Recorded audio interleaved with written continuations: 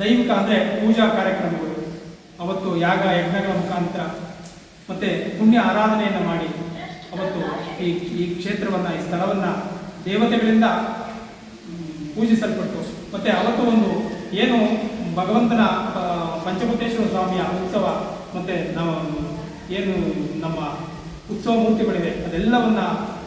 ಪ್ರಾಕಾರದಲ್ಲಿ ಉತ್ಸವ ಮಾಡಬೇಕು ಅನ್ನೋ ಉದ್ದೇಶದಿಂದ, ಮತ್ತು ಎರಡನೇ ದಿನಕ್ಕೆ ಧಾರ್ಮಿಕ ಸಭೆ ಅಂದರೆ ಎಲ್ಲ ನಮ್ಮ ಸಂತರನ್ನು ಕರೆಸಿ,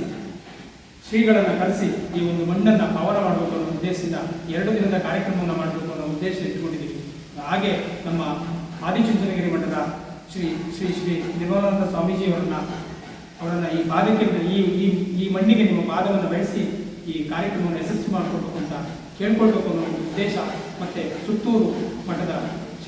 ಶಿವರಾತ್ರಿ ದೇಶಿಕೇಂದ್ರ ಮಹಾಸ್ವಾಮಿಗಳನ್ನು, ಮತ್ತು ನಮ್ಮ ಪಕ್ಕದಲ್ಲಿ ಇರ್ತಕ್ಕಂಥ ಶ್ರವಣ ಬೆಳಗೊಳ ಮಠದ ಶ್ರೀಗಳನ್ನು, ರಾಗಿನೆಲೆ ಮಠದ ಶ್ರೀಗಳನ್ನು, ನಮ್ಮ ಏನು ಮಂಡ್ಯ ಇದರಲ್ಲಿ ಇದೆ ಎಲ್ಲ ಸಂತರನ್ನು ಕರೆಸಿ ಅವತ್ತೊಂದು ಧಾರ್ಮಿಕ ಸಭೆಯನ್ನು ಮಾಡಿ ಪೂರ್ಣಾಹುತಿ ಕೊಡುವುದರ ಮೂಲಕ ಈ ಒಂದು ಕ್ಷೇತ್ರದ ಎಲ್ಲ ಆಸ್ತಿಕ ಬಂಧು ಅಧಿಕಾರಿ ವರ್ಗ ನಮ್ಮೆಲ್ಲ